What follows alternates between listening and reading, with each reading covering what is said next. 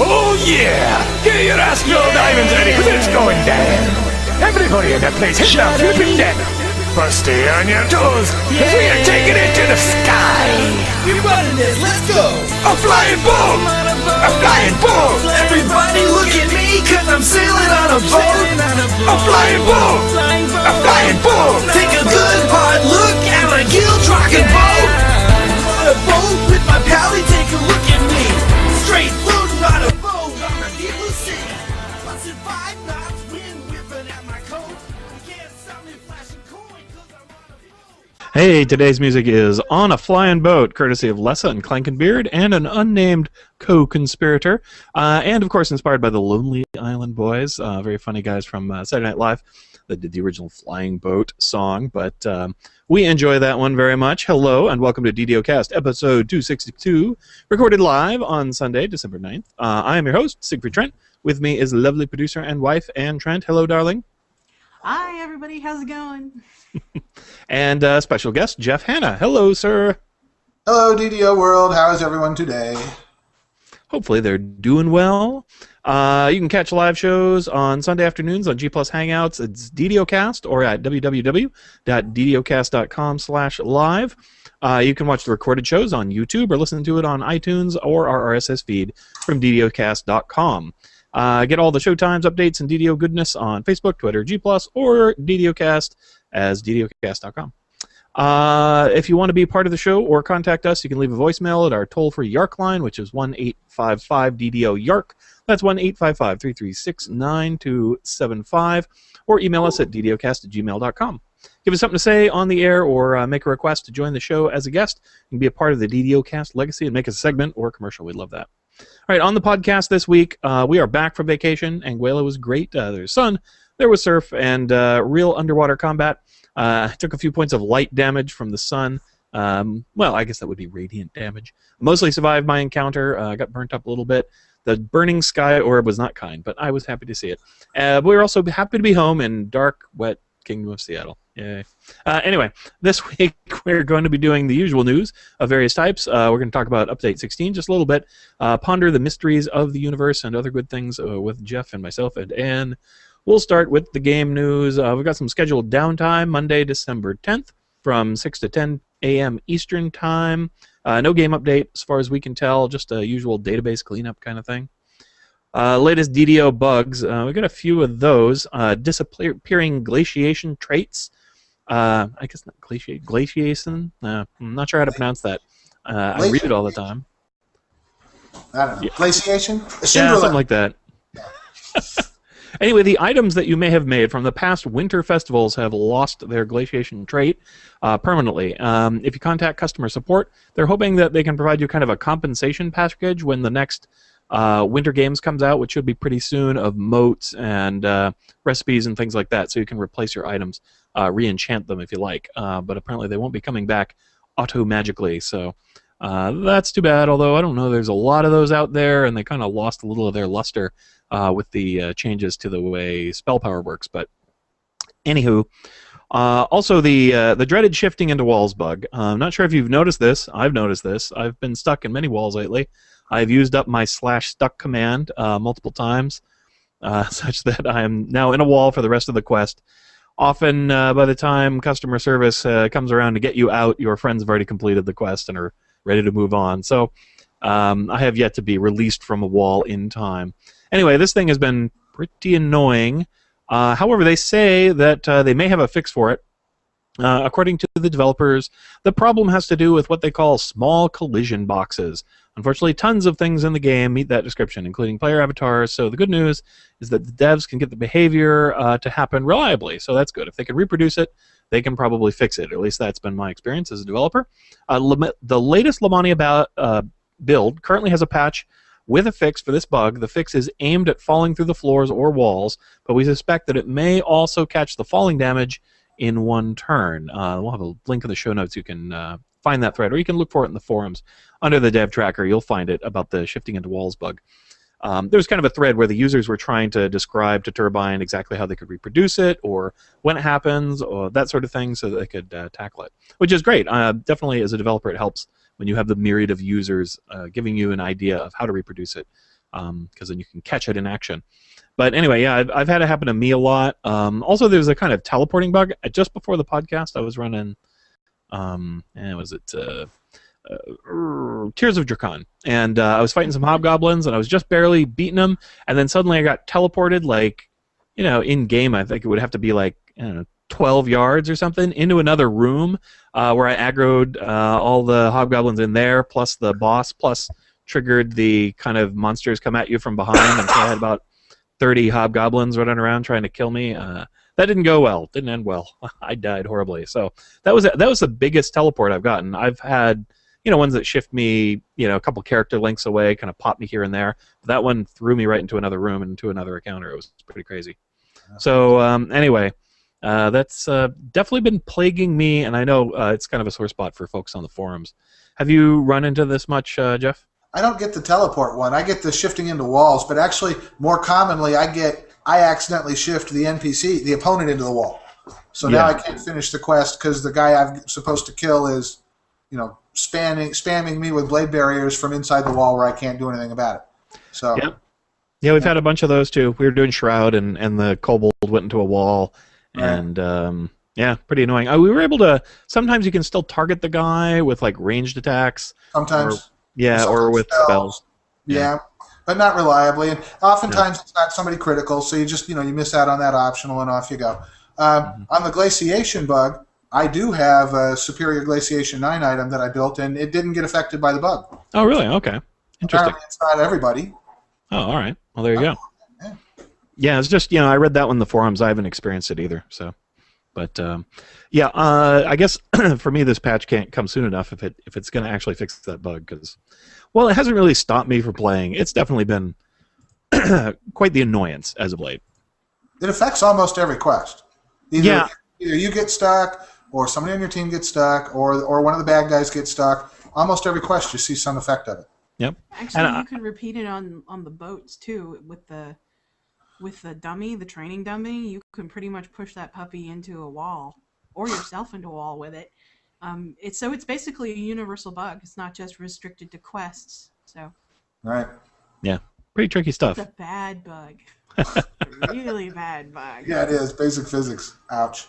Yeah. Kind of tough. And I mean, it's not the sort of thing that I know as a developer, it can be a little hard to debug dynamic systems like that, right? To catch them in the act of doing whatever it is they're doing, but and then figure out why it does it in the first place. It can be real tricky. But I don't know. Yeah, they need to get it because it's a real pain. I've taken it where I fight boss monsters or anything that I think is going to be critical for the quest, and instead of, usually you kind of herd them off into a corner so they're not squirreling around so much. But now I kind of circle them and keep them in the middle of whatever room I'm in if I can, just to try and avoid them getting stuck. So, yeah, bummer. Let's see. Another bug that Anne has run into, the Steam version of DDO client is not buying turbine points via the in-game DDO store. And it's kind of a correction, too. Somebody had asked me, and I told them, hey, yeah, you can buy turbine points, no problem. And indeed, at one point, Anne was able to buy turbine points through Steam without much of a trouble. But right now, it's behaving strangely, and a number of Steam players, not everybody, but quite a number, have recorded that they're just not able to buy points. They go into the DDO store, they click on the buy points thing. It really only gives them the option to use the Steam store, and then when they click on that, a whole bunch of nothing happens. They just get kind of a blank screen. So there are some workarounds if you find yourself in this situation. You can install the non-Steam version of DDO and buy points using a credit card or PayPal. You can have a friend. You could log into a friend's instance of DDO with your account and buy DDO points for yourself. You can buy them via the Turbine store at store.turbine.com. Enter the code in the DDO store and then in the live client. So, kind of like you would buy points for other people like we've done for contests. You can do those for yourself, but you don't get all the double bonus point action and stuff like that. So that's the problem with doing it that way. You can contact customer support, and we suggest you do so at support.turbine.com. They haven't really fixed it for Anne yet, but the more people that tell them, the more likely they'll get around to fixing it. So, and you would think this is one of those ones that would be pretty high priority for them. People not buying points is bad for Turbine, so hopefully we'll get on that one. Expect a patch Wednesday. Yeah. Yeah, I don't know. Yeah, I guess it doesn't affect everybody too, so it might be a question of how widespread it is. But we certainly saw a lot of other people that had that issue. Yeah, I use Steam because it's my only means of communicating with my brother. So I have to use it because else I lose my family time. Oh yeah. So I hope like to Steam a fix lot. it. And plus, I have money in my Steam wallet, and I really want to use it. So I guess I'll use it for Team Fortress stuff. Yeah. Sorry, Turbine. Civ Yeah, 5, well. Civ 5 DLC. Oh yeah, that's good stuff.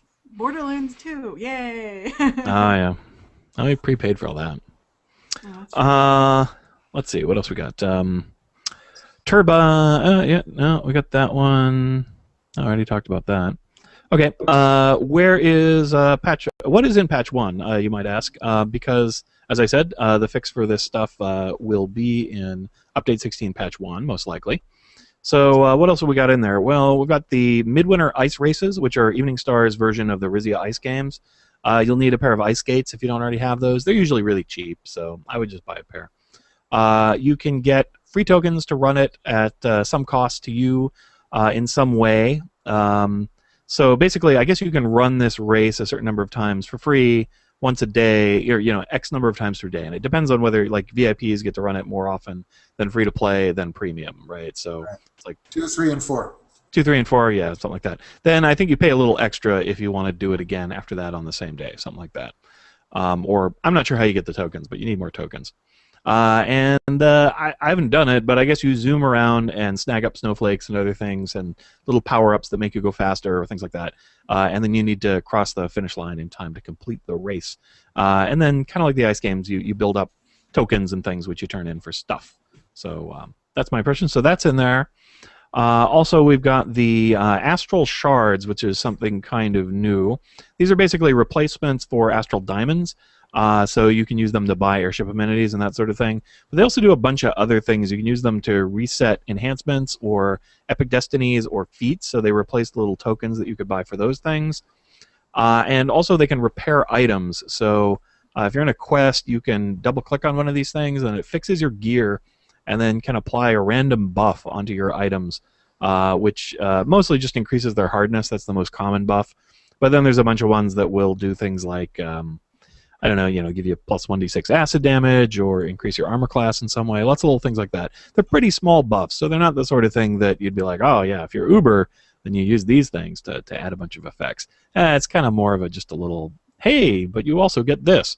And my impression is, why would I really care to do that? I don't know. The buffs are too small, and you have to buy these things, and I just can't really see using them for that purpose unless you're really desperate.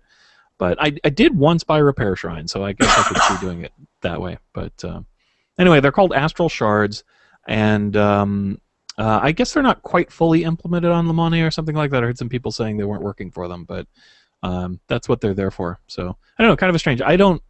It wasn't clear to me exactly why they were making this change or what the hope with these items is, but I don't know, kind of interesting. You got any thoughts on that, Jeff or Ann? Well, I mean, they're planning on replacing the whole Astral Diamonds economy with this too, but but for a while they're going to have both systems, and you can convert Astral Diamonds into Astral Shards, but it says right in the notes this is only for a little while. Don't count on it. I don't really know. This strikes me as a change for change's sake, but maybe they'll dazzle us in 2 releases with something that required this. But I'm having a hard time seeing what it could be. Why would I spend Turbine points for a buff that I lose when I unequip the item or die? Yeah, it seems really weird to me. I just don't understand what the idea behind it was. I mean, I didn't hear anybody complaining about Astral Diamonds, like, I hate these things, they're terrible. But maybe nobody was buying them. I mean, I know my guild buys them for when we get a new airship. We'll buy a bunch and to get the airship. But I don't know, kind of strange. Well, and I've looted a couple. Maybe 5 total altogether. So, yeah. Okay. I mean, I guess I would be more excited to loot an Astral Shard than an Astral Diamond because I can do other things with it. So that's nice, I guess. I mean, I'm not complaining about it. Trade Astral Diamonds in the marketplace or in the auction house? I think they're bound to account. Yeah, they're bound. And I think the ones you buy are bound to character. Although I could be wrong about that. Yeah, I'm not sure.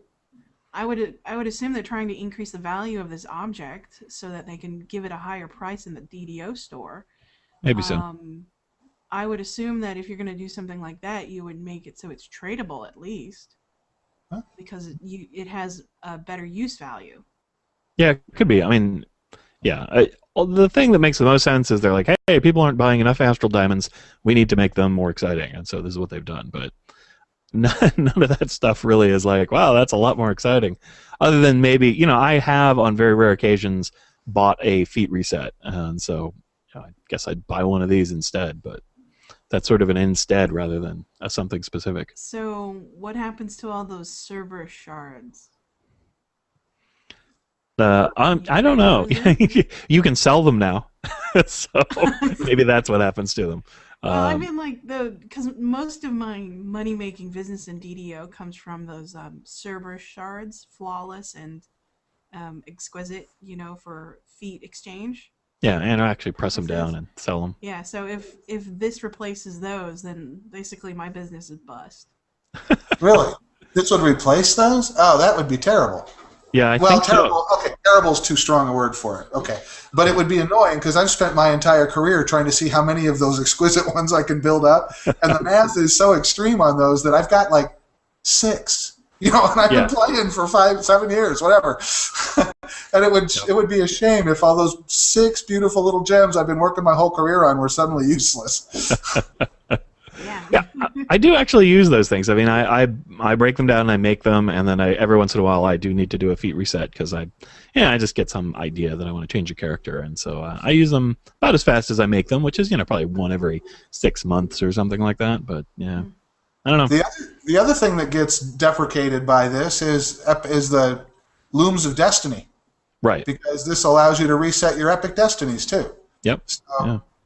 They're going to convert them into astral shards automatically. Okay, well, that's one way to solve that problem. I guess so, yeah. And I don't know if they're doing it with enhancement or the alignments. There's a bunch of changes like that you can make, and maybe they're rolling them all together. I don't know. I mean, perhaps. Yeah. It's odd. It'd be interesting if they could answer that question. Yeah, though. Yeah, if I were to do an Ask the Devs, and maybe we will do another one soon. I'll ask them about that. It seems it would be kind of fun to talk to the store guys. I don't know if they would say anything, but it would be interesting to talk to a store dev. Well, don't they have a new VP of monetization? Yeah, he probably knows about as much about D&D and DDO as the accountant down the street. I'm not sure, but what? We have a D&D game? D&D? My metrics are telling me that your people need to give us more money. Is there a spell I need to cast to make this happen? Yeah. I'm not sure. But I get the impression that guy is he's a guy that does accounting and figuring out how to get more money from people. But someone needs to take him aside and play D&D, please. But yeah, there was also some people mentioning that things in the store have been getting a little more expensive lately, like the most recent pets, the most recent expansion, the update 16 cost more than some of the other ones did.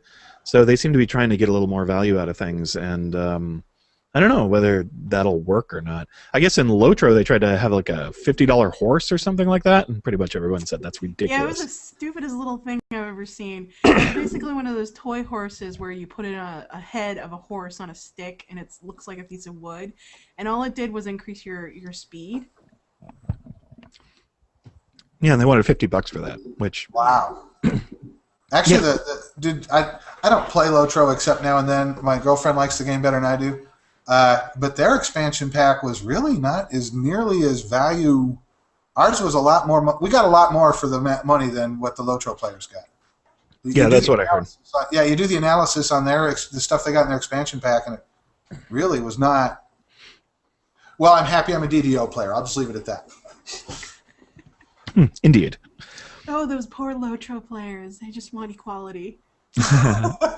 Oh, they got a lot more players. They'll be fine. Yeah, okay. They got better looking armor.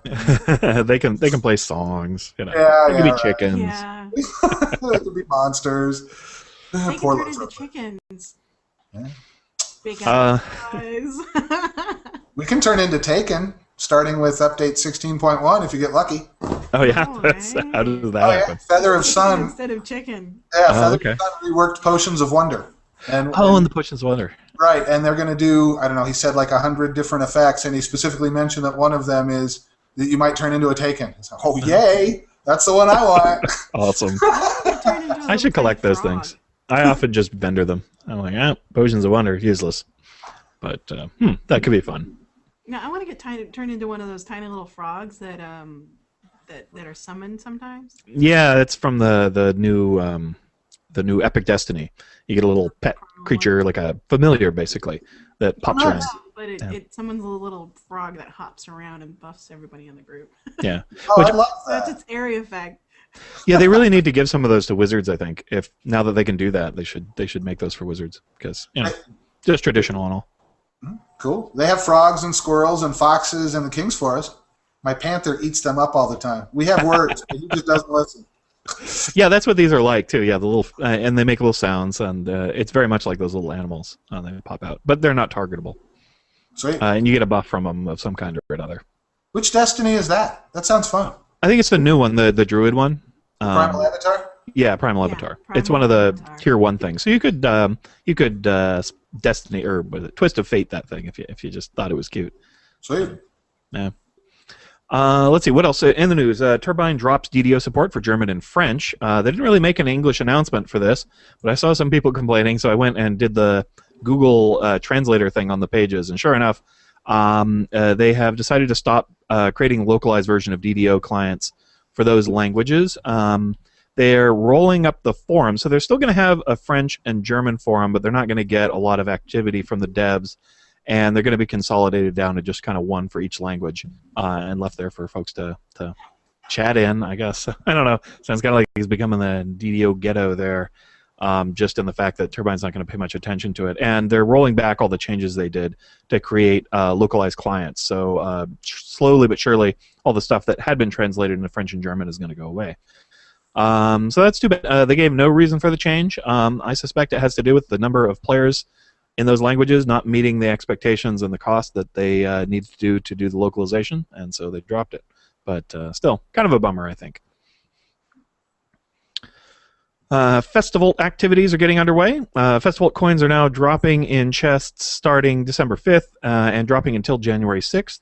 The Jester will start appearing on December 10th and hang around till January 13th. Winter bonus weekends are going on from December 6th to January 1st. This week is plus 20% Epic XP, which is always nice. If you're new to Festival, it's pretty simple. You're going to collect copper, silver, and gold coins from chests found in quests and also in challenges. One of my guildies tells me challenges are a good place to get them. I'm getting a little feedback there, darling. That's not mine, it's Jeff. Oh, okay, Jeff. Still? Yeah, testing? Yeah, a little bit. I'm not sure. See his little bar goes up, it's green. Okay. Hey, maybe mute yourself for just a second.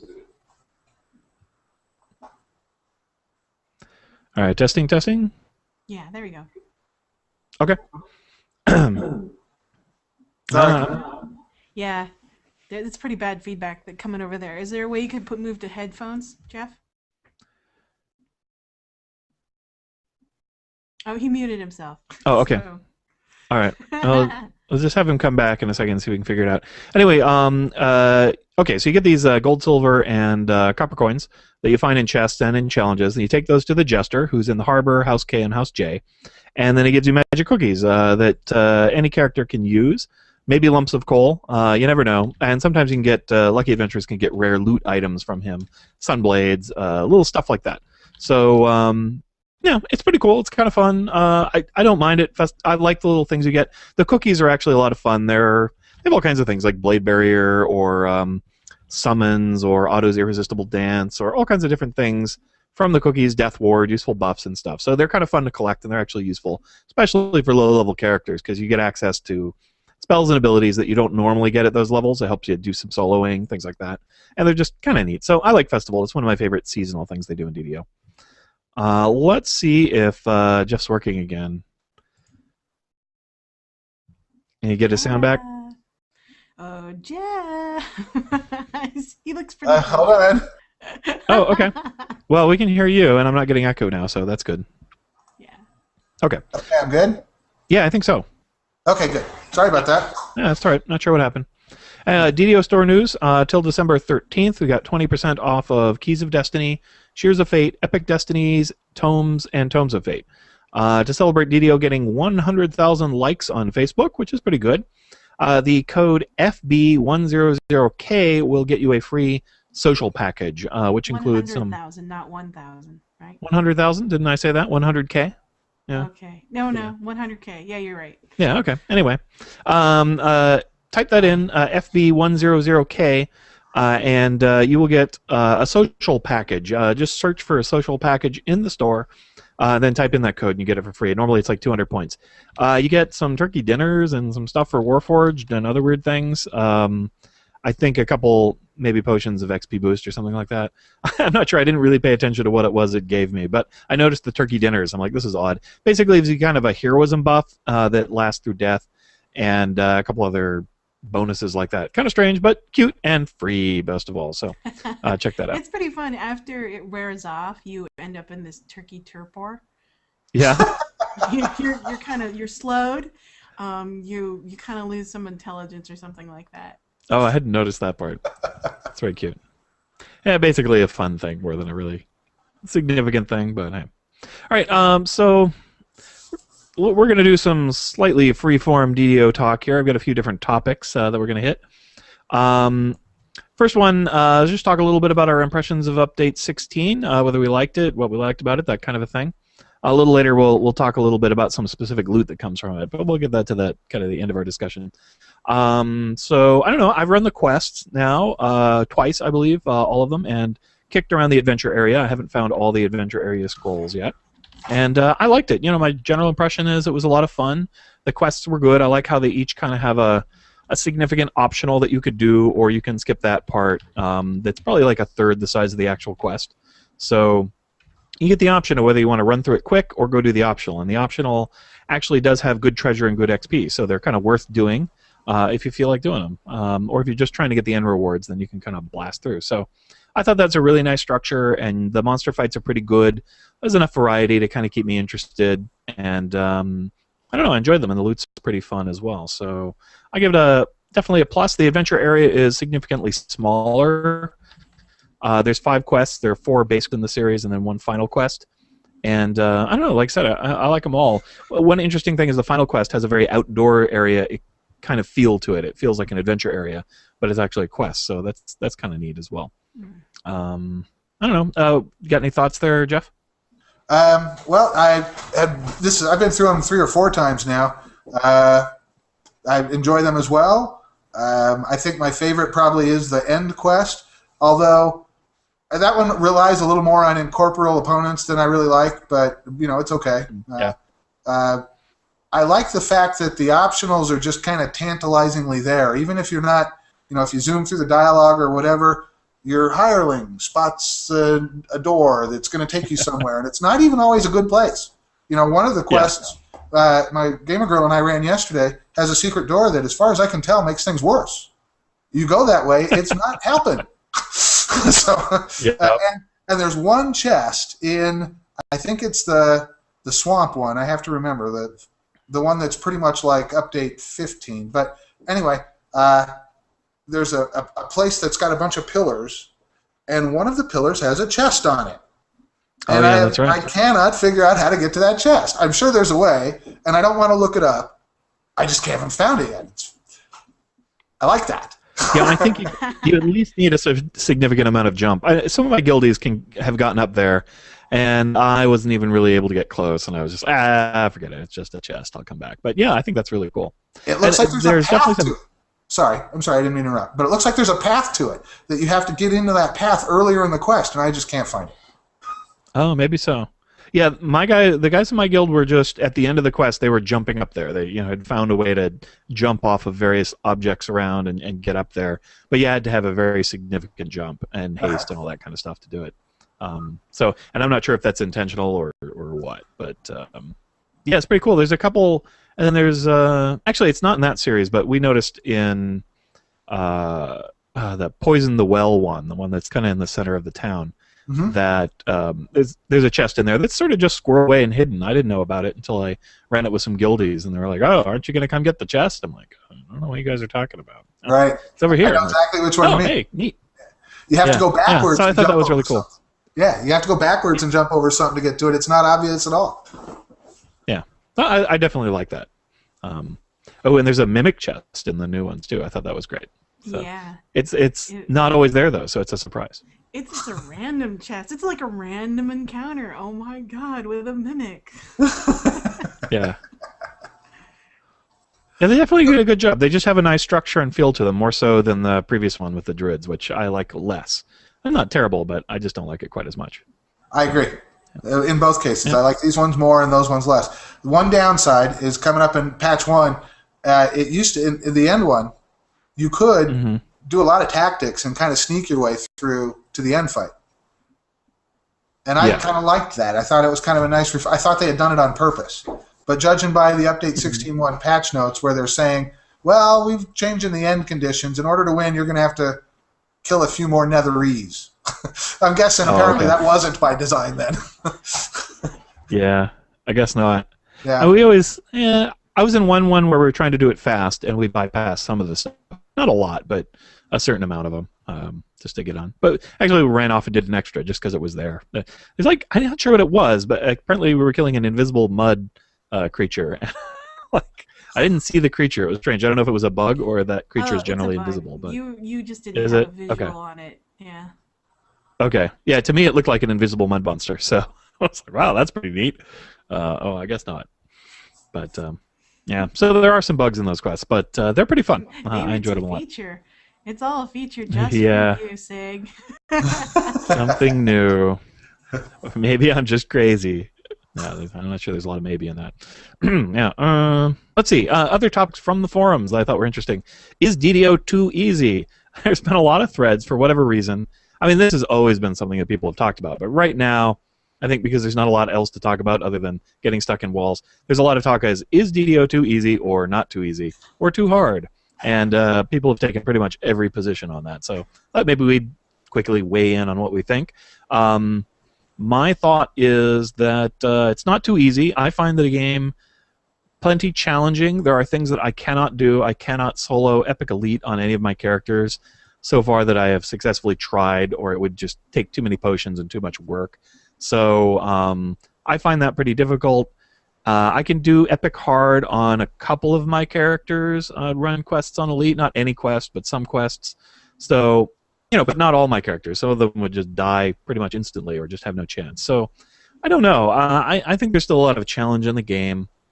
Also, people mentioned that, of course, you can always challenge yourself by reducing how much gear you have or running over-level quests and that sort of thing. But I think the people that are complaining are mostly like, my character who is maxed out, which is what I'm all about, is maxing out my character, can now crush everything in the game. Well, I say that happens with almost every game there is that you can play. Like, you eventually get good enough at the game that it is no longer a great challenge for you, but that's because you are awesome, right? So you should enjoy that awesomeness and find something else to do until there's another challenge in the game. But I guess with MMOs it's a little harder because you expect to be able to play kind of forever. So they roll a new character and challenge yourself. But yeah, I don't know. I don't think it's too easy, but I can understand. You can get to levels in this game. There's a great thread with like DDO records of kind of the things people have achieved. And yeah, if you can have your character have 120 strength and run around with that, then the game is going to get considerably easy. If you have 2,000 hit points and 4,000 mana and the other things that people have on their really tricked out characters, or it's like a 60-something Necro DC, yeah, a lot of this game will suddenly become rather trivial for you. But I don't know. I mean, you're working hard to make it that way, so I'm not sure it should come as a big surprise. So I think the game's pretty good. It's pretty easy if you're a casual player, and it's pretty challenging if you're a mid-level player. But if you've kind of done everything there is to D&D, then you can kind of win the game, and it's maybe a little too easy. I suppose it'd be nice if there was some super, super challenge that, I don't know, that scaled up no matter how powerful you were. It always got harder to where you could, Kobayashi Maru scenario, and people can always fail at it, right? And then if somehow you manage to figure out how to cheat, that's the only way to win. So congratulations. But, I don't know, that's my take. Jeff, what are your thoughts on this? Well, I feel similar. I mean, I don't think you have to have 2,000 hit points to get to the point where the game becomes pretty easy. And I think that, I mean, if you build your character for the end game and equip him for the end game, nothing else is going to be any challenge to you at all. And much of the end game isn't going to be either. The very latest and best is. I just don't see that as, which is similar to your point, I guess. I'm not breaking any new ground here. I don't know what else they could do. They can't come up with a constant stream of new and challenging content.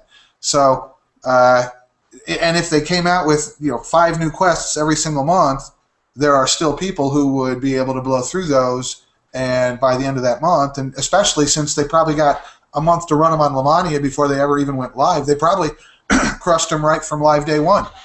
And for those people, it probably is too easy. I don't think you can write the game for those people. So I think, it is too easy, and I also don't see anything else they could do other than have it the way it is. Yeah, it is. I mean, that's the thing is if you try to challenge those super upper level characters, you're going to make something utterly inaccessible for anybody lower than that, and I think that's kind of the hard part of it. I do think with the Epic Destinies, I will say that Epic Destinies added a lot of power to characters, like easily doubling the hit points of many characters and giving them a lot more damage options. And Epic Elite quests are not all that much more difficult than they were before Epic Destinies. Even though the new quests are said to be level 25, I'm sure things do have a bit more hit points and hit a bit harder in some cases. I'm not sure that the bad guys have ramped up nearly as much as the heroes have since Menace of the Underdark. So there is that. We're going to see, I think, update 17, I believe, is going to have Epic Giant Hold, and so maybe they will have some just, through the roof, like maybe if they do Giant Hold Tor, not the final encounter with the Storm Reaver, but the one with the dragons. Epic Elite versions of those dragons could be really, really hard, right? Yeah. So maybe that. That might be something to look forward to if you really want to challenge. Those might be really hard. But I still feel like if you have a full party of very, very good epic level characters, boy, it's pretty hard to make those guys pushovers. They're just incredibly strong due to the Epic Destinies. But we'll see. And I guess that's the problem. I mean, if you're level 20, you kind of expect, hey, I can take level 20 characters. But I think maybe that the difficulty as you level up from 20 to 25 for a quest maybe needs to ramp steeper than it does currently, because I can't tell you that I really notice the difference between an Epic Elite level 20 and an Epic Elite level 25. They both feel about similarly hard to me. I agree. I also think it would be, and this is a huge game design challenge that I don't know how to answer, but it would be nice if they could add difficulty without just throwing on more hit points. If there was a way they could make the quest harder to play, not just longer, So add platforming to some quests, or other types of puzzles and timers. But whenever they try to do that, people complain. So or you get the problem that you lose because you're. Yeah, if you lose due to lag because the environment's more complicated, or you know what I mean, right? That can be a challenge for people. They're like, it's not me, it's my computer can't handle this quest, or the DDO client just gets overwhelmed and has nothing to do with my ability. And that frustrates people. You're kind of damned no matter which way you go. It's just hard to make the game more challenging without simply ramping up all the numbers all around. And I don't think this is as bad a problem. I really don't, because number one, it's not solvable. Okay, so number two, I think that Turbine they're doing the only thing I could think of to do, which is to keep coming out with a different variety of stuff. So a lot of the quests are just more hit points, but sometimes they do add, like Master Artificer has, there's more to that than just really badass monsters. You've also got to do it right. You've got to time things, and lag can beat you. Okay, but they're not all like that. Only some of them are. So there's enough of variety that I think you could be still challenged at all levels. Yeah, I find it that way. But okay, cool. I'm you got a thought, Anne? Yeah, I'm just surprised I didn't have the ability to just try to figure out how to grab different aspects from the monster manuals when creating monsters. I mean, like, what does a DM do when they want to increase the difficulty of a monster other than increase hit points? Well, they use different monsters, different combinations of monsters, and then they add on different traits like Abyssal or Celestial, or different feats in 3.5. You can give them different feats in order to sort of give the players a challenge that way. Also, give them different access to spells. So if a bugbear normally doesn't have access to to say like Finger of Death, why not give him Finger of Death at a higher level? Yeah. Well, I mean, except that every character can put up a death word and then be immune to it. Right. But yeah, a constant spamming of Dispel Magic might do the trick. Yeah, I mean, like, I'm just saying, it's just another tactic. You Yeah. know? Right. It's like, oh, this bugbear didn't have Death Ward, or it didn't have Finger of Death before. Now we have to use a different tactic. We have to use resources in order to, overcome this new difficulty. Yeah, it's real challenging. I can think of a lot of things you could do that would just, make things really difficult for players and characters, but also make them really angry and hate Turbine with all their little hearts. Like, oh yeah, so in this encounter, every 1 minute we spam Break Enchantment on every character, and then we cast Slow and Exhausted on everybody, right? That would be really hard, and everyone would hate it. Well, and I'm thinking of some of the things I used to do to people when I was a DM and I wanted to up the difficulty, and I had deadly traps. Well, those are when you're playing the same terrain every day, the deadly trap isn't so deadly, right? Yeah. So, or crazy things like put them on a frictionless surface that leads to an anti-gravity field, and there's spikes on the. Well, again, that would be fun once, and then annoying the rest of the times you had to run it to flag for something else. So.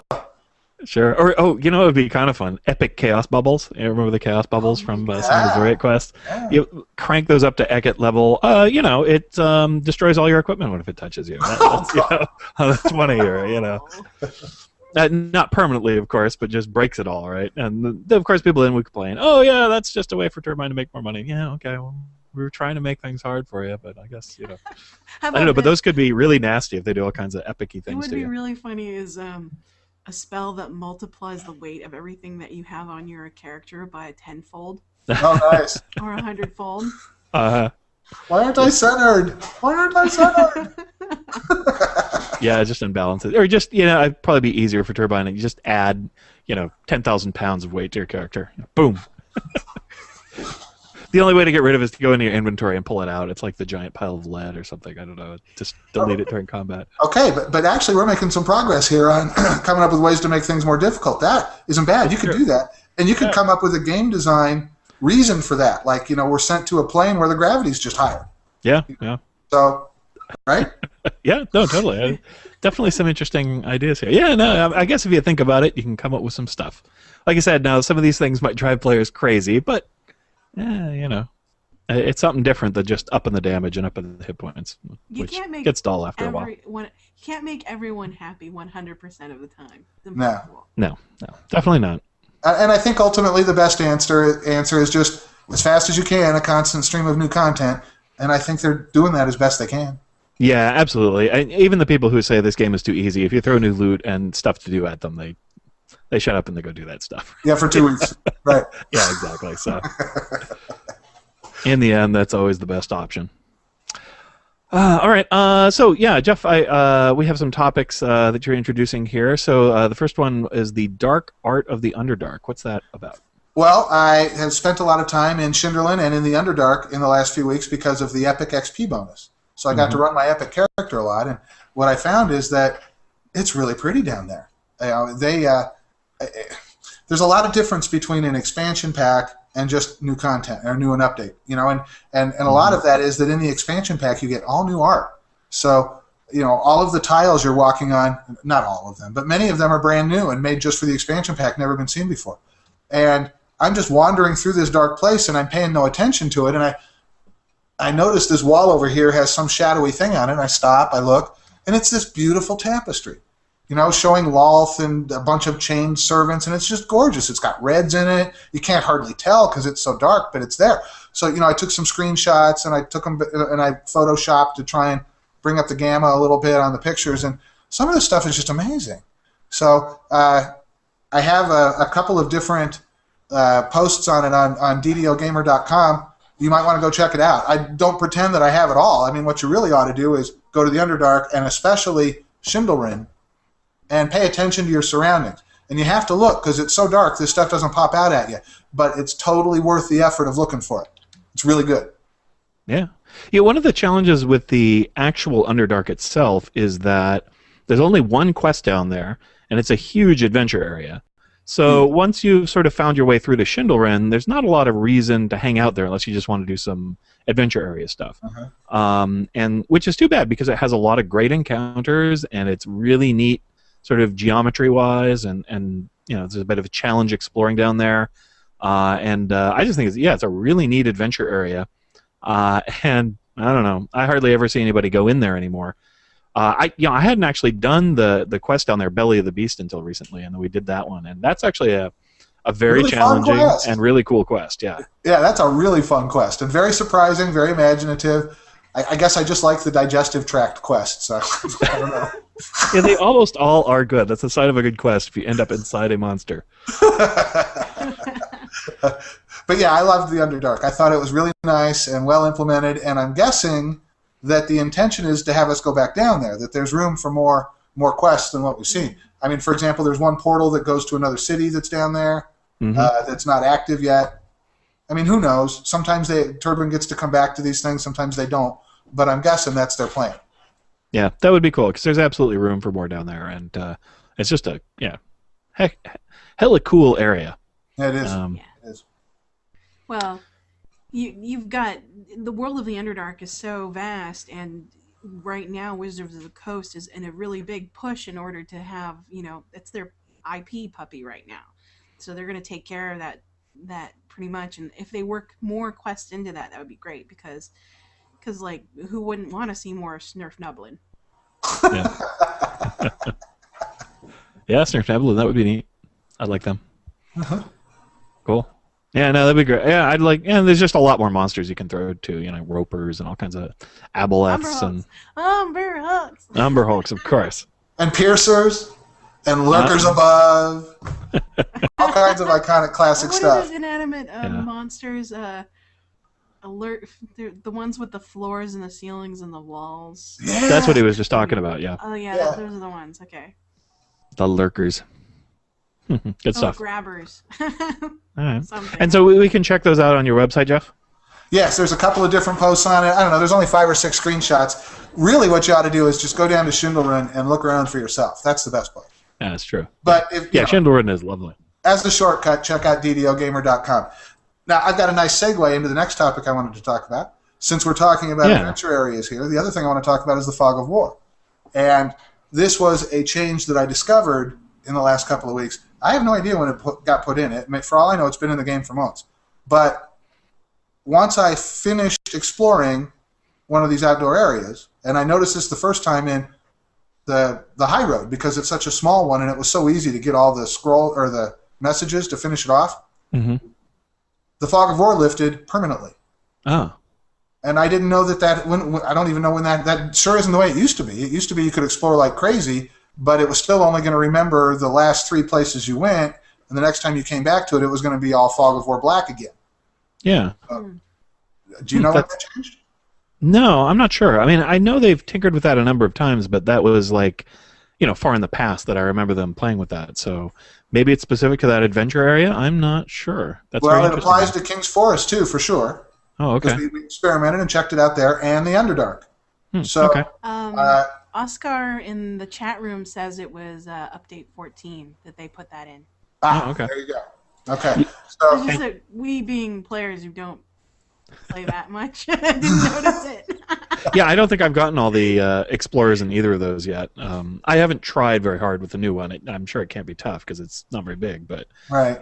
In the King's Forest, I've just never applied myself to go find them all. I've probably found most of them, but or all of them if you think about all my characters. But on one character, I've never scoured the whole place out. I never would have either, but my gamer girl is just like all over this. So she just got 120,000 XP on Slayers from there too, just in one batch. So she's been spending a ton of time out there, she drugged me through all of them. And it not only did it clear the Fog of War, but it gave me a whole new image on my map. So cool. The image actually looks different. You can see the houses and stuff like that, and it's absolutely worth clearing all of the explorer spots in each wilderness area. I don't think it'll last through TRs, but short of that, it's really nice. Oh, okay, great. Yeah, good tip. Yep, there you go. Now you make me want to go back on my epic character and clear all those spots. Yes. Yeah. Maybe we'll do a little of that tonight. Start clearing. Right. Very cool. And so your final topic was cosmetic companions? Yes, I don't have any new information on this other than that I've managed to acquire some more, and I wrote up a little bit about. I don't know. I just can't figure out how I really feel about these things. I'm interested what you think. I find them to be kind of annoying, but also kind of cute. And I think I kind of blame them for extending my login time and my load time from zone to zone, because I've noticed they're the last things that draw. And sometimes I'll be sitting there for a while, nothing's happening. Oh, hey, there's the companion, and now I can move. So I blame them for that. But then on the other hand, they're also kind of cute, right? And they cost a lot of turbine points, but then they're also kind of cute. So I can't really make up my mind how I feel about them, but I've noticed that I have some, and I tend to use them. I have two that I haven't given to anybody. I have the spider, because it's the spider. Mm-hmm. So I don't have anybody who wants the spider, because I know how all my characters think. I'm very anthropomorphic about my characters, and none of them want the giant spider. And then I have the gelatinous cube, and it's it's like, I don't know. There's always room for Jell-O, but it's kind of weird to have a little chunk of it fall. It doesn't. It's just a cube. Yeah. It's not cute. It's just a cube. So what do you guys think about this? You want to go first, Jan? Sure. I like it because it just adds its flavor. I like flavor, and it's fun to have a rust monster follow me around on my Warforge because I find it kind of funny. And then every once in a while I'll switch them up, and for me, because I raid a lot, I'm always waiting, and I guess they're kind of a distraction for me. So in my own little universe, I roleplay with my little companion. So, or I go shopping on DDO store for like a new attire. If I could, I would change my hair weekly or something like that as well. Yeah, let's see. That's a distraction. Yeah, I like them. So I have almost all of them. There's a couple variation ones that I didn't buy, but I have quite a vast number. So I probably spend more of my turbine points on that than on anything else. Maybe I spend more on reincarnations. I'm not sure, but I spend a lot on the little companions. I'd say probably most of my VIP points that I get, the 500 I get every month. That's about how much I spend on them. And I don't know. I like them a lot. I usually have one for every character. Occasionally, I put them away if I'm doing a difficult raid and I know that a lot of visual stuff on the screen is going to be a problem. So I'll put them away to kind of help clear up the battlefield a bit. But usually, the battlefield is so chaotic anyway; it doesn't really matter all that much. And they are pretty small, which makes them easy to distinguish from actual mobs most of the time. Mm-hmm. I know a couple of my guildies really don't like them because they put a little extra load on the game, or they kind of clutter things up a bit. But even the ones that don't like them will occasionally comment on how cute a given one is. Oh, I've never seen that one before. That's pretty neat. So I think they've done a good enough job making them cute that people mostly accept them and no one hates them completely. So that's pretty good. And yeah, I do the same thing. I actually kind of like figure out which critter that particular character would like, and so I will name them kind of in relation to the character that I think they'll associate with, and stuff like that. So yeah, and I don't know. So I consider them kind of a character decoration. They're sort of part of the character's style or image, and I'll have them. But I don't always have them out, but fairly often. So I'm not sure. I guess they work for me at getting money from me. So, like, I'll never really buy turbine points because I want a companion, but I'll buy a bunch of companions, and then at some point I really want turbine points for something more significant for my character, and then I'll buy some turbine points. So they are kind of working in that sense. I thought the latest ones were too expensive, though, so I did not buy the package of them. It just was too much. I did eventually break down and buy one of the golems, or not, what are they? Gargoyles, because it went really well with my festival jester character, and it's festival time, so I bought the red one to kind of be his companion. But nice. I kind of like the bats too. I think they look cool. So okay, I went through a very similar thought process to what you both just illustrated, and thank you for your comments. I also use them to waste time when I'm waiting for things. Any place I could throw a grease clicky instead, I might make my dog bark. I have all of the pets that you can earn. I don't have any that you buy.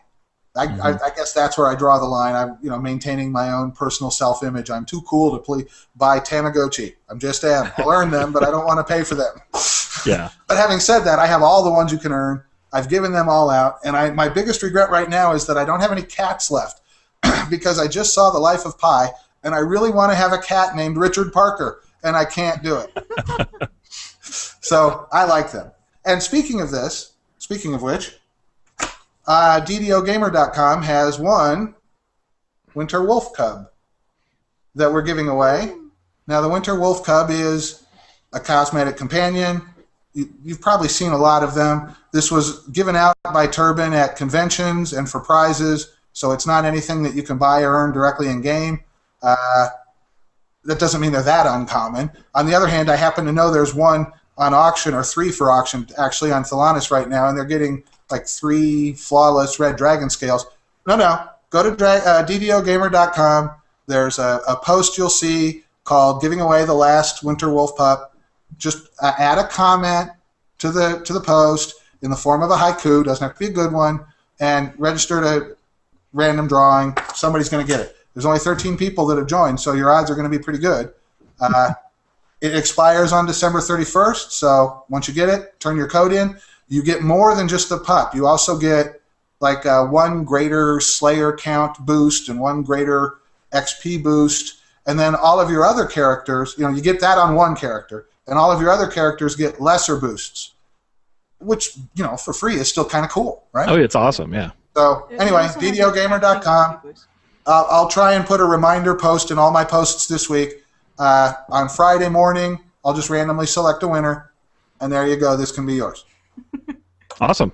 Yay! Christmas from DDOgamer.com.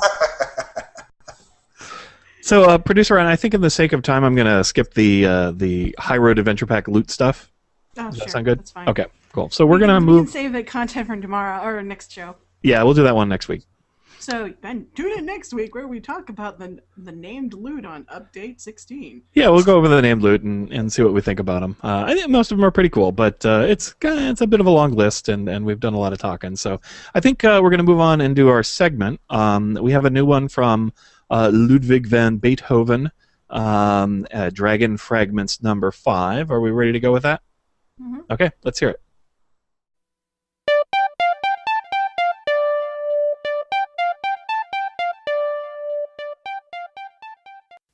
Tolaro, sweet Tolaro, I thought I read a towel, but I guess you said an owl, for feathers everywhere obscure the supple textures of the bear. I feel like such a fowl as I click out of the link. I do so with a wink. I thought I read a towel. A towel, Bear Ludwig? Really? I will be sure to light a candle for your December loot tables, Mr. Beethoven. The question received was something along the lines of, what quest would you like to have redone as a raid? I put forth the Cerulean Hills as the raid to be in 2013. It is a simple concept. We begin in the active Slayer Zone, where we will split the group to deal with the 2 side quests. Save the lady, save the farm. With those problems solved, we return to the Slayer Zone via any of the Perimeter Explorer or Rare Spawn locations. Wait, an optional appears. Turn back the assault, prevent the tree's destruction, stand with the druid as she fends off the orcs. Repeat after me, and here drops the Heart of Wood. While we're out in the Cerulean Hills, let me introduce you to 2 fragments that I have put together on the subject. Russian Prince Productions presents Drag-On Fragments from Eberron's Past, featuring a nod to, in living color, Bear's Dire Blues Trio, live at the Lobster, now through Festivalt. 3 shows nightly, Sol Days, Mull Days, Dark.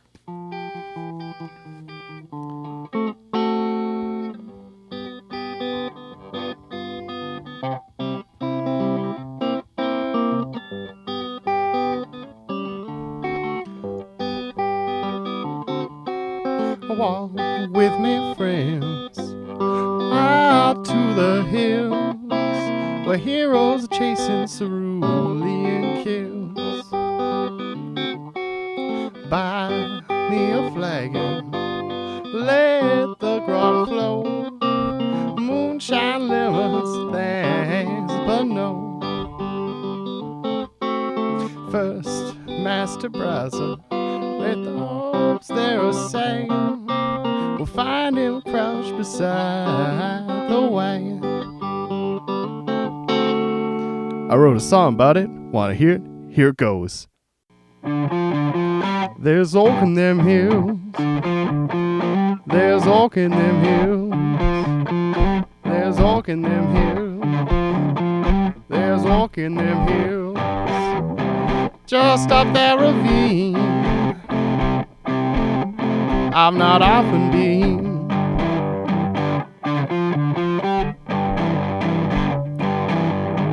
Beware there be wolves up that ravine.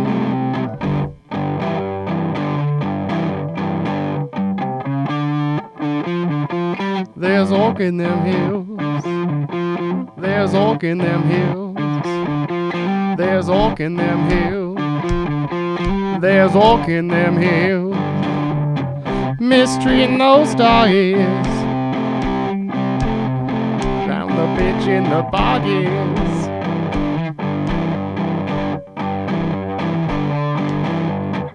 They cool in their heart, burning that fire.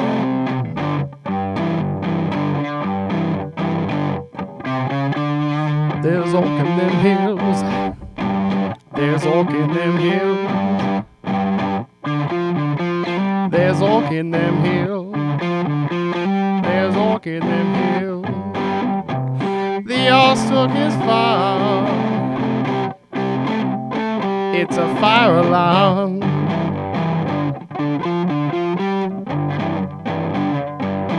They cruel in their heart. The Allstock is fire.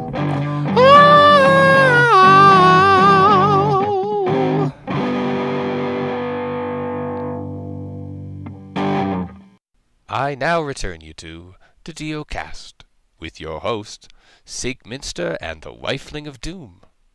Good night, everybody. See you pod next time.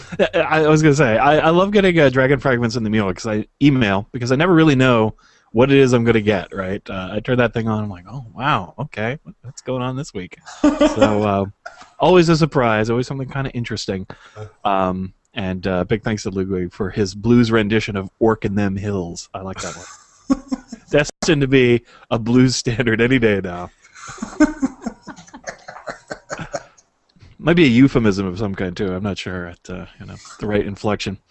But, wow, yeah. So, last week we had a little bit of a contest in Dragon Fragments. I guess last month, really. Anyway, congratulations to Koopsier, who had the correct answer, which was I Shot the Sheriff by Bob Marley and the Wailers. That was the kind of the hidden message that Ludwig had put into last week's show.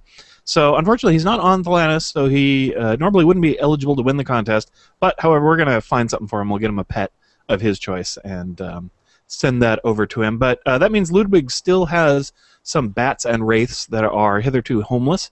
So if you two like cosmetic pets and you happen to be on Thalanis, you can get one of these critters by sending us an email to the show, ddocast@gmail.com. Mention Ludwig in your email, and the first 4 people that send me one of those will get one of his bats or wraiths. You can indicate your preference, but you'll get what is left over if we don't have what you wanted. And you'll get those in your in-game email. We'll make arrangements once you contact us. So that's the gig. But thank you very much, Ludwig. All right, let's do Lightning Post. Crops here, who I just mentioned, had the correct answer, also wrote in with some questions. I thought we'd try to take a stab at those, although I've got a slightly small font here, so I have to zoom in a little bit. All right, so his first question, for a UMD build, I'm assuming this is a character that's really focused on having a high UMD, at what level would you expect to have a UMD equaling 20 or so? And I guess my answer would be somewhere between level 8 and level 12, depending on how hard you're working on it. You're going to have about 10 ranks from the skill, and that means you need to get about 10 from bonuses. If you can get yourself greater heroism, that's 4, which is pretty common, +2 for regular heroism. Then persuasion item, you can craft those pretty easily, either +2 or +3, maybe even a little bit more, and that'll give you a bonus as well.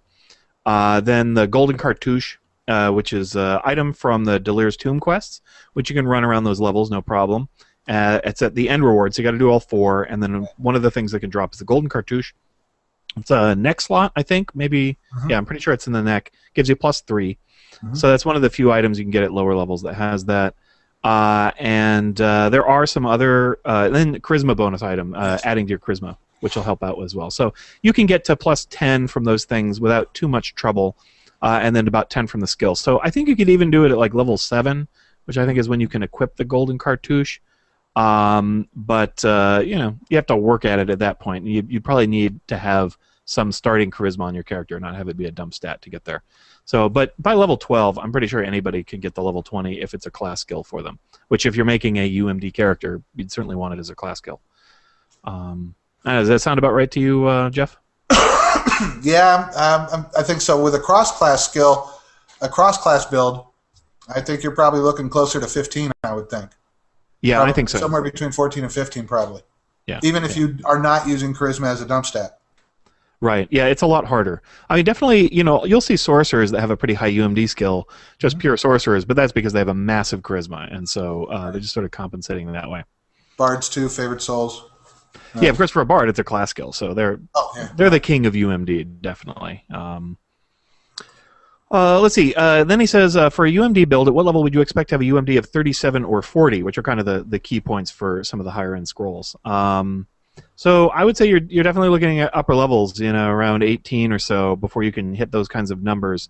And even at that, probably to get to up to 37, 40, you definitely have to be geared for it. It really helps to have action boost. That'll give you these types of... You can hit those numbers for very short periods of time at a little higher level.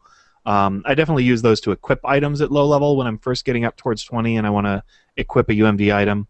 I'll hit the action boost and put it on. But yeah, to get the 3740s and stuff, you really have to be a UMD character at that point and have a pretty hefty charisma and have your skills all maxed out and have some items on that are giving you a UMD.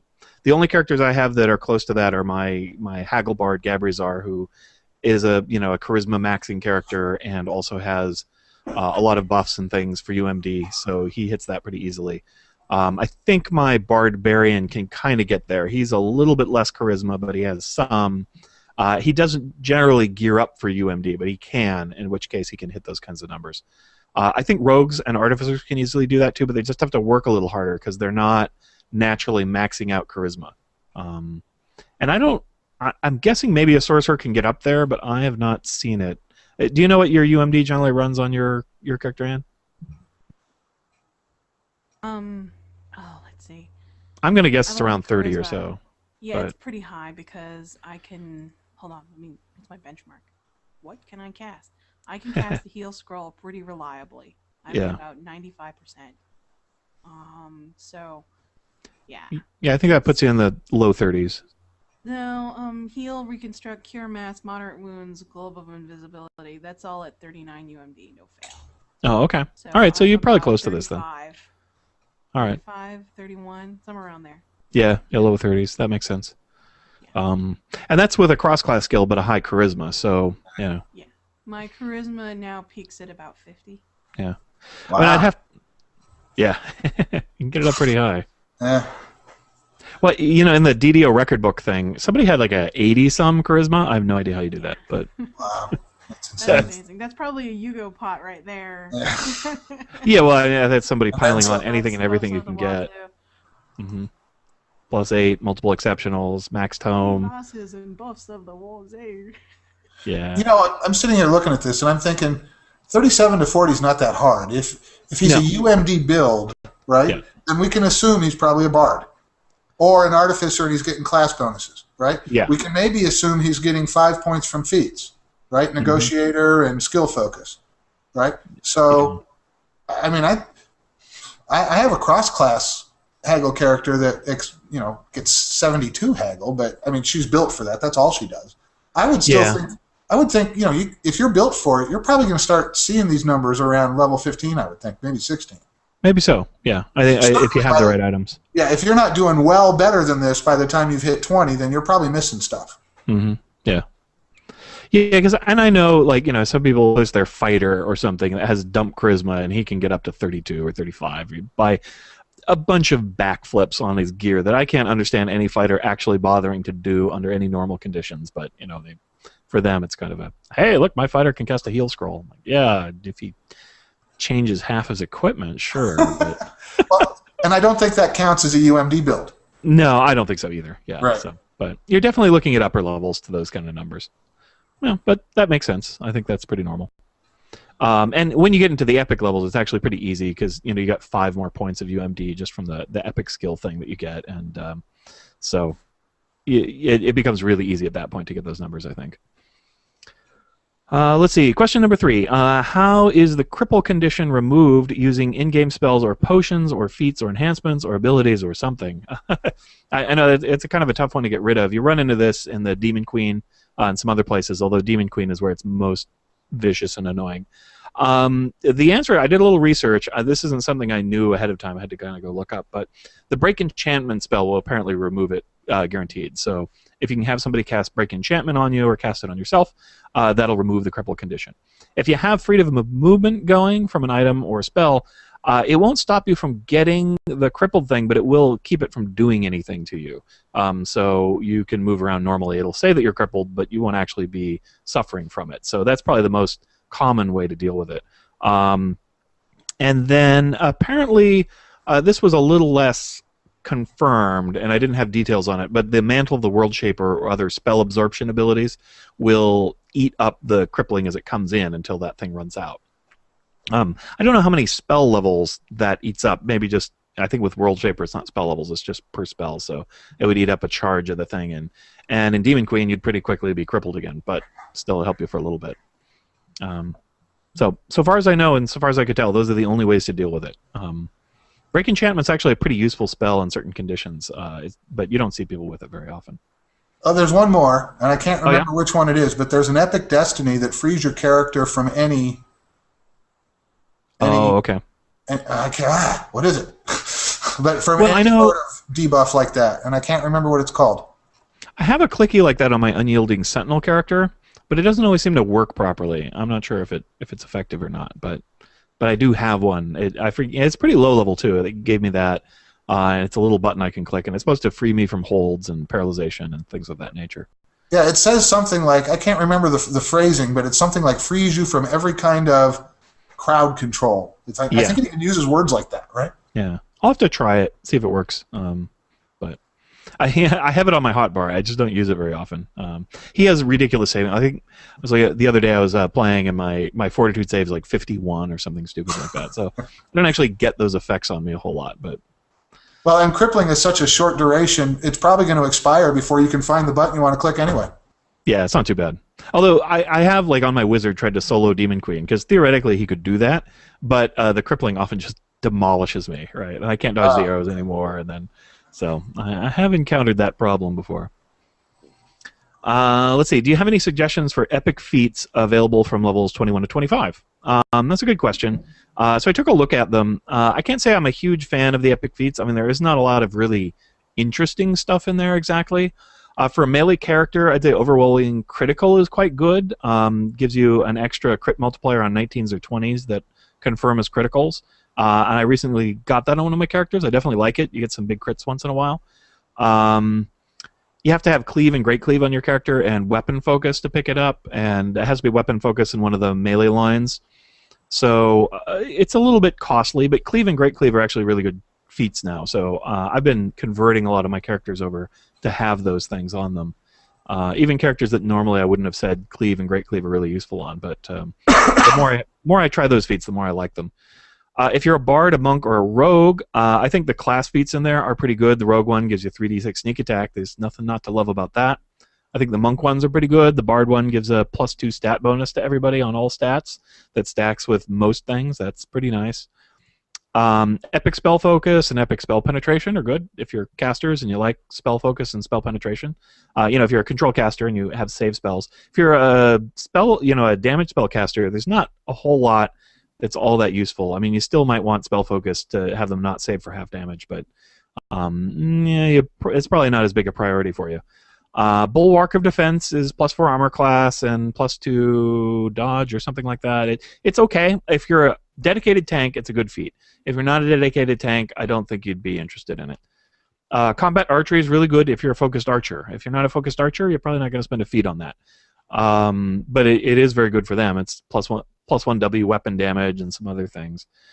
Everything else is kind of the feats you take when there's nothing else you really want, right? They're all pretty good, but they're not things you'd build characters around. So you'd probably take, like, Anne's taken the great ability feats on her sorcerer just to get more charisma, because charisma is always good, but there wasn't anything else that was really all that useful for her. Epic mental toughness I could definitely see on a healer like a cleric. They often are a little shy on mana, so an extra 200 mana is pretty good.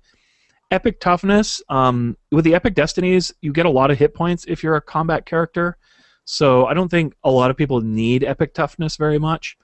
And, it's not like a pre-qualifier for anything like regular toughness is, so I don't think it's going to be that popular. However, if you're a character that's really light on hit points, so you're like a rogue or something, another 50 hit points might actually be really nice, so I could kind of see that on characters that are a little desperate for hit points. And I don't think anybody's going to pick epic skills, so that's kind of the turkey of the bunch. You're like, oh, +1 on all my different skills. Oh boy, if you're at epic level and your skills aren't somewhere where you want them to be, something has gone horribly wrong. So that's not epic. You need to look up the definition of epic when it comes to that. Well, I think that's probably one of the ones from the old epic list of feats. That's just one of the things. I don't know. There's a few feats like that still in DDO where it's like, yeah, that was from the book, and it's part of the game that nobody uses even in regular D&D. Neat. Yeah. So let's just have more places where nobody ever takes this. Yeah. Read, like the responses to epic feats in yeah. the D&D realm? No, I don't think so.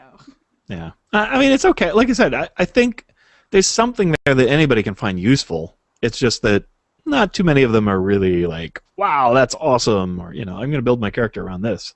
So, I don't know. I'm real happy for the extra feats, though. I mean, a lot of my characters, it kind of let them round out the character build a little bit, or for some, only a couple of characters like my casters, basically had all the feats they really needed, so I just took the epic spell focus and epic spell penetration, because why not? Those are great. Yeah. Overwhelming Critical is the one I think most about, or that I changed characters in order to pick up. Right. Yeah, that's a nice one. In my case, I've only had a couple of characters start to move into this level range, and the one that got there first was really had a feat-starved build, so I didn't even get to the epic. Regular toughness was, hey, oh please, thank you. Yeah, yeah, absolutely.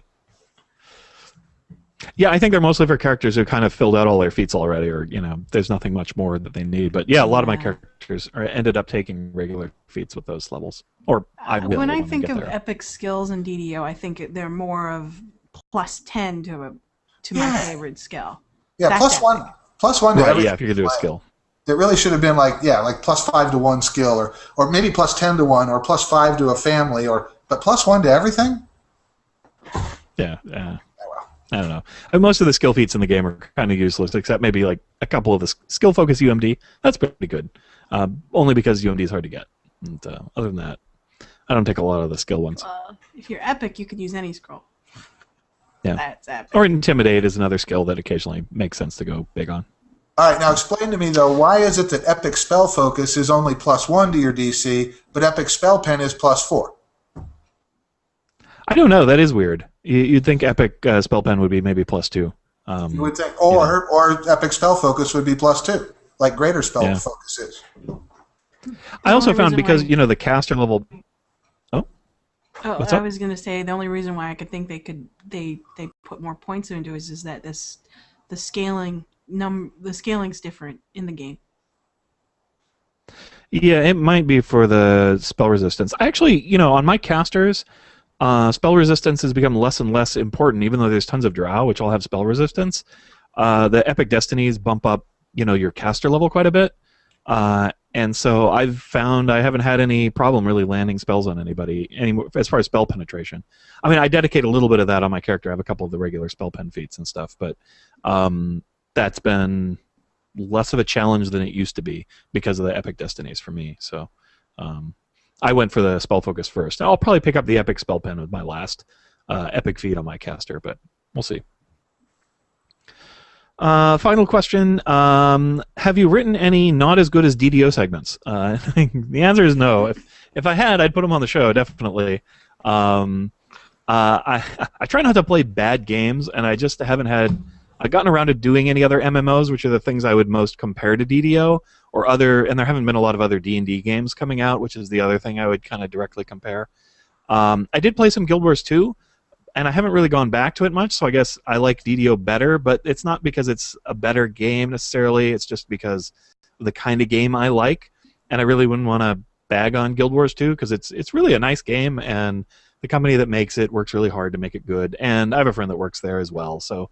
And I honestly don't really have anything bad to say about it, other than just it doesn't compel me a whole lot, because there's not a lot of character building in there, but it's not a bad game. And that's the only other MMO I've played in a long time, except for, I guess, Star Wars Old Republic, which I played last year. And I can say with confidence DDO is better than SOR, or Star Wars Old Republic. It has fantastic writing, a great storytelling, and I didn't really like the graphics all that much, although they weren't bad, but not my cup of tea. It got really grindy at higher levels and bored me, and the character building was really limited and very directed, and the gear was extremely boring. So I give it like an A+ on the story and a C- on gameplay. And I didn't try it, but their free-to-play model is pretty bad. It's really limited what you get and what you can do when you're free-to-play on that game. So you can kind of dork around, but you can't really get into the thing. Do you get guilds? Yeah, you get almost nothing, right? I mean, you can play... Do you get guilds? No. No. Do you get loot? No customer service. No, there's a lot of no's. Service. And that stuff's limited on DDO horrible. too, I guess. But yeah, I don't know. It's really limited on Star Wars. You wouldn't really want to play it that way. So I don't know. Yeah, so that game is not as good as DDO, definitely. And I think that's been proven by the fact that it hasn't done terribly well. So it has more like DDO-ish numbers, even though it was a hugely expensive game at a big release. So that's kind of a bad sign. Well, I'm sure it probably has more players, but it's had a lot of trouble. So, but that's about it. If I do play some new MMOs, I don't know, or if there's some people, people are like, hey, go play this terrible game and tell us it's better than DDO. I guess I could do that, as long as it doesn't cost me anything. But back when I did that segment, I was just trying a bunch of MMOs because I was curious of what they were like. I heard there was a lot more action MMOs, and I tried a bunch and didn't like most of them. So, or whenever Winter comes out, if it's worse than DDO, I'll let everybody know, definitely. I'll be trying it. We'll see how it goes. Which I would suspect it would be just because it's new. But then again, newness kind of makes up for badness sometimes. What you been doing? I've been playing a ton of DDO lately, actually. Been playing my epic level characters mostly, but a little bit of lobies. I'm close to capping a character at 25. It takes me a long time, but he's getting pretty close. He's 24 and a half or so now, and hasn't quite maxed out the Epic Destiny, but I did do some Twists of Fate. Spent some time leveling other Epic Destinies to get those. And so yeah, kind of, I don't know, playing the character like most people play a character instead of my slightly overly casual way. But anyway, a lot of fun. I hit the 1,000 hit point mark on him, which is kind of I've never had a character with that many hit points before, which is way more than almost any of my other characters. I have a couple other 600s, I think, maybe. But yeah, I was like, wow, I hit 1,000. Neat. I have to have a ship buff for that, but still. So that's been pretty fun. And I got to try out some other Epic Destinies. Played my Barbarian. Worked up a little in Fury of the Wild, which is actually really fun. The adrenaline ability is great. I got my first 1,000 plus damage hits on melee. That was pretty cool. Yeah, look at that. Booyah. I don't even want to know what like really hardcore players have hit with that, but I'm sure lots more than me. But anyway, that's a fun one. I like it a lot. I recommend it. I guess it's actually really good with many shot. That wasn't working for a while, but I guess it is again. So you can hit the adrenaline and hit your many shot, and try it. bam! Yeah, you get a big, huge punch out of that. So nice. Yeah, pretty cool. I hear. Actually, I was really thinking it would be fun with a smiting paladin to hit the adrenaline and then smite something, and if you get a crit on that, it's just like whammo, mega damage. Let's see. I don't know. Grinding. I've even been grinding lately. Oh my god, I've been helping Anne get green dragon scales, and I've been trying to finish off my epic Jizteka bracer by running epic versions of Tower to try and get the shard that I need. I actually got the scroll. Amazingly enough, I got an item, a scroll that I was trying to get while running a quest, and it actually dropped for me. I've never had that happen before. I'm like, oh my gosh, I am trying to get a scroll of the Jizteka bracers, and the first scroll that dropped while trying to do so was that scroll. I was amazed. So that gave me hope, but I still need the shard, and I haven't even gotten a whiff of that thing yet. But oh well. So that's a lot of DDO action for me. I don't normally grind for gear. That's very unusual. How about you, darling? Oh, right now my main focus is getting those green dragon scales, and then also helping you on those epic runs, and then a couple raids as well. I've been trying to build up my wealth again, so I've been doing things on the auction house, selling things, not really any kind of can of crafting because, well, I need the money. So, because what'll happen is that I'll be like 5 or 4 green scales away, and then I'll cave in and try to buy them. So that's my goal. Let's see what else. I guess I'm trying to look at my characters to see what I can fix about them. So a number of them are not as fun to play. So this is when I start reevaluating their build and trying to see if I can use either a lesser or either +1 or up to +5 in order to fix them. So and I'm working through that. That's about it right now for DDO. How about you, Jeff? Been running a lot of epics also. I'm curious, Anne, what kind of armor are you going to build with your green dragon scales? I'm going to actually put it on my... Okay, I have a secret. It's purely for cosmetic purposes. So I'm going to put it on my sorcerer, and she has the neither grasp gloves, which gives her reduces any arcane You're going to put those by 10%. You're doing the leather, aren't you?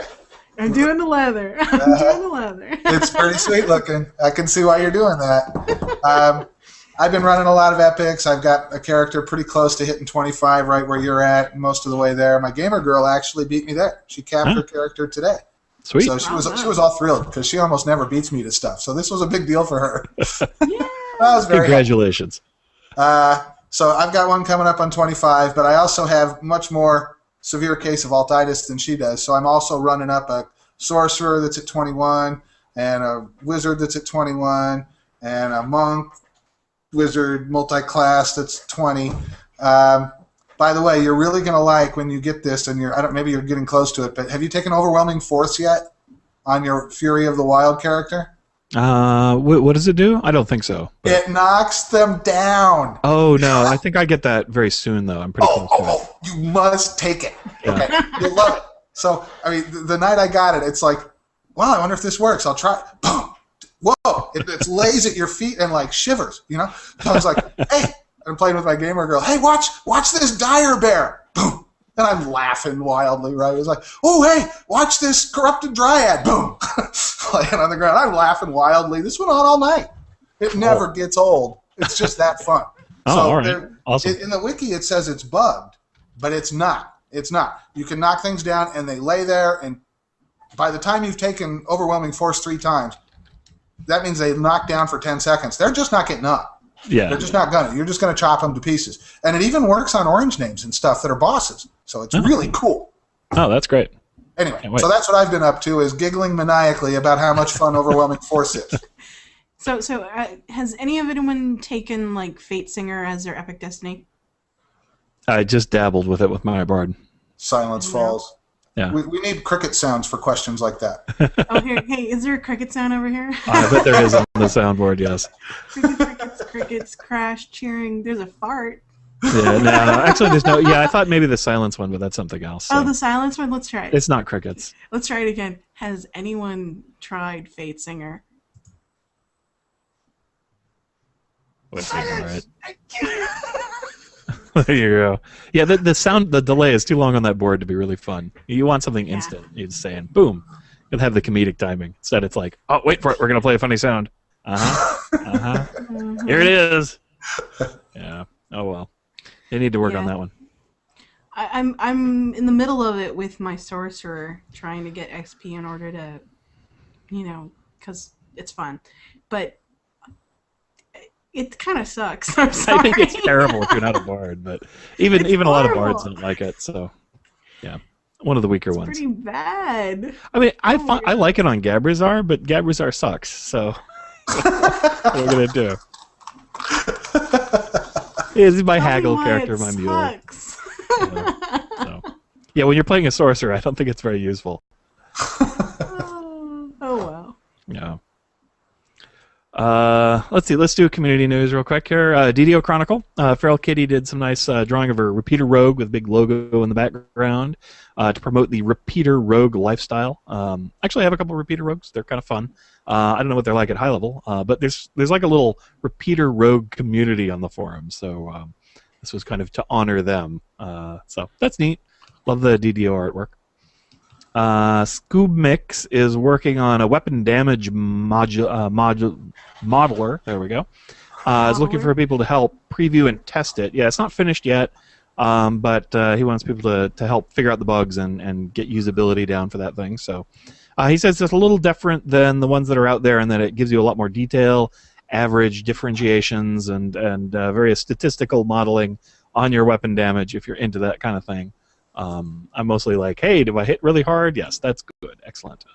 Should this weapon be a little better than the other one? Yes. Okay, I'll go with that. So I don't go into quite that detailed analysis. I think about it a bit, but not to that level. Anyway, very cool. It's a Windows app, so you'll have to kind of like download it to run it and then let them know how it goes. Question of the week is, what does the Jester do with all the coins that he collects? I think mostly he saves them for next year. That's a terribly practical and not very funny answer. But I think some of them probably find their way into the Festival Jester Inebriation Fund.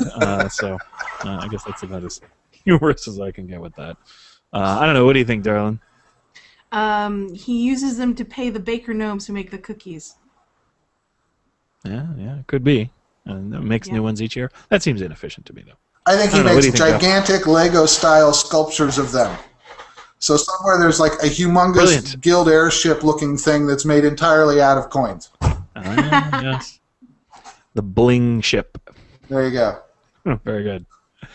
Let's see. Other gaming news. This is one that if you're a old-school D&D player for video games, you should like. Baldur's Gate Enhanced Edition is now available on Windows PC and iPad. $20 on the PC, $10 on iPad. It's got an additional adventure called the Black Pits. It's got 3 new characters, I guess, that you can recruit into your party. A new collection of player character voice sets, native support for high-resolution widescreen displays, 400 improvements to the original game, improved multiplayer support, and connectivity between all platforms. So I think it's pretty cool. You don't see a lot of games that are available on iPad and PC. That's kind of an unusual combo. So yeah, we haven't tried it yet, but Ann and I are going to get it, and we're going to play it. You got to try. You got to try it. Minsk! Yeah, I got to try. Yeah, it's been a long time since I've heard him, so I'm sure I'll enjoy playing it again. And I don't remember enough about it to really be like, oh yeah, I remember this part. So it should be really cool. So they're also going to come out with the for the Mac OS and for the Android tablet. Oh, cool. Yeah. I would think that's kind of a hard game to play on a tablet, but we'll see what they do. I'd be more excited, but unfortunately, my brain is kind of weird. I can't remember what I'm supposed to do tomorrow or what time to be at work, but I probably will remember every encounter in Baldur's Gate. Yeah. Enshrined. Yeah. Well, I'm sure someone will come back to me as I play. I wouldn't be surprised, but I mean, I did play pretty much every single game that those guys made of that genre. Yeah, because they were all really fun. All the way through, multiple times. Yeah. Actually, in many ways, my favorite was, I think it was Icewind Dale 2. I really liked that one a lot. You're the tactical guy. Yeah. That's why. Yeah, this was very tactical. It was a lot of fun. I will say I also didn't like some of the last entries in those series. I didn't really like Well, I guess it's not quite the same series, but like the Neverwinter Nights. I read that the guy who made that game, the lead designer, is trying to make the quote-unquote spiritual successor to it, and is working on that. So that could be really interesting. Don't know if he's actually using, I'm guessing he doesn't have the license, so it's a spiritual successor rather than a sequel. But right.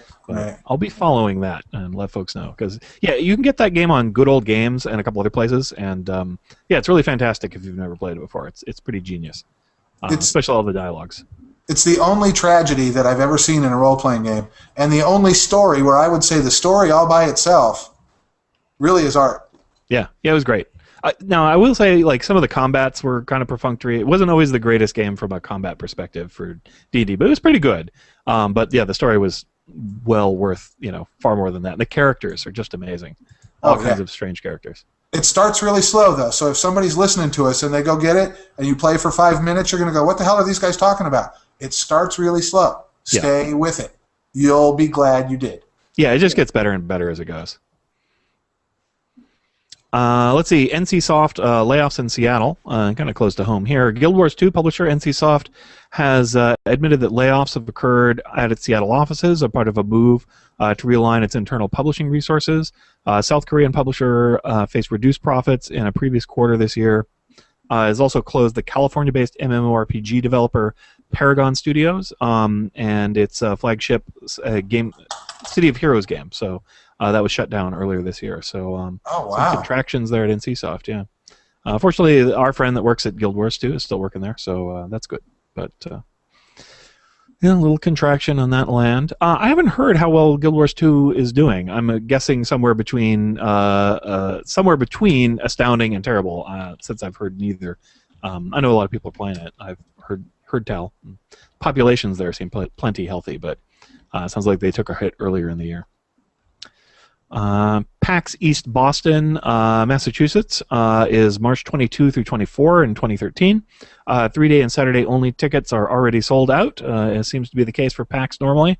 Friday and Saturday single-day passes are still available, so if you want to go, I would suggest you do that really fast or find somebody who already has the 3-day passes. So can be tough to get into PAX events.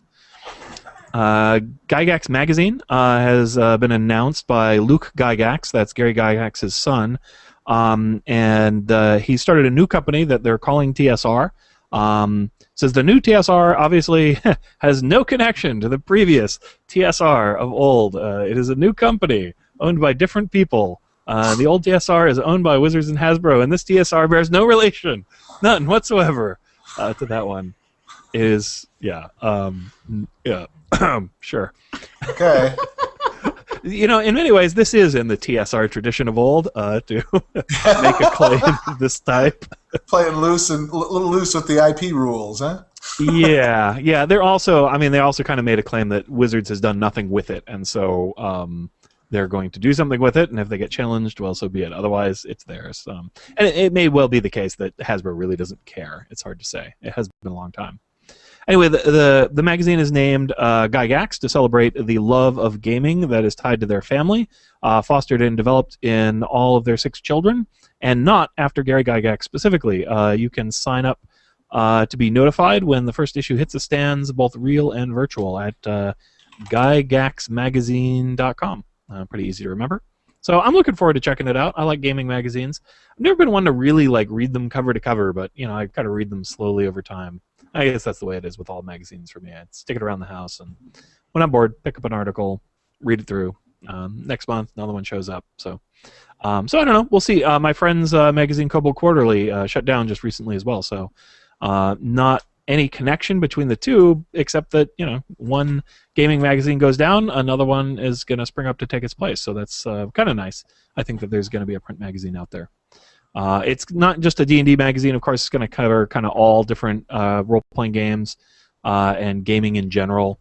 They were talking about it. It sounds pretty much like any gaming magazine in that sense. That's not a house magazine.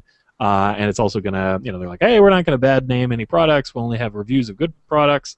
That's also pretty normal for most gaming magazines. So I don't know. I'm expecting it's just kind of your typical gaming magazine, but we'll see how it looks when it comes out. I wish them the best of luck. I think that's going to be about it for today's show. You got any last words for us, Jeff? Don't forget to enter and win your free winter wolf pup. Yeah, absolutely. And all the awesome potions that go with that, which is, I can't stress enough, is very nice to have. How about you, darling? No. No? Okay, sounds good. Play well, enjoy the festival.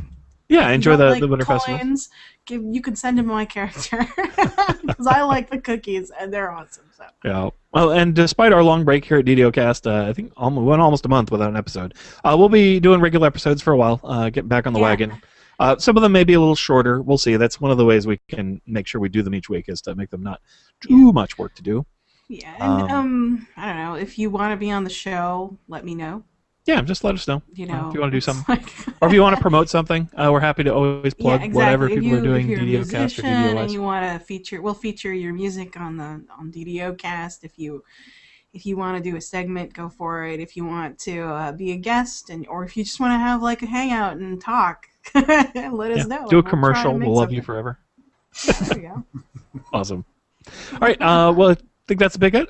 Thanks very much, darling, for all your work on the show. We had a little rocky start with the technical stuff, but you got it ironed out. It went great. And big thanks, Jeff, for coming on. Always wonderful to have you with us. Lots of fun. Thank you again. Cool. And a big thanks to all our listeners and the DDOcast community and the DDO community as well. You guys are awesome and always one of the best things about DDO. Compared to every other game, they're not as good as DDO when it comes to the people who play. So that's for sure. And Turbine and Wizards, big thanks, you guys, for making great games, keeping us entertained out here. So I think that's about it. We're going to go out with just a little bit more of On a Boat, Landlubber. This ain't your boat. A flying boat! A flying boat! Everybody look at me, cause I'm sailing on a boat. A flying boat! A flying boat! Shut up.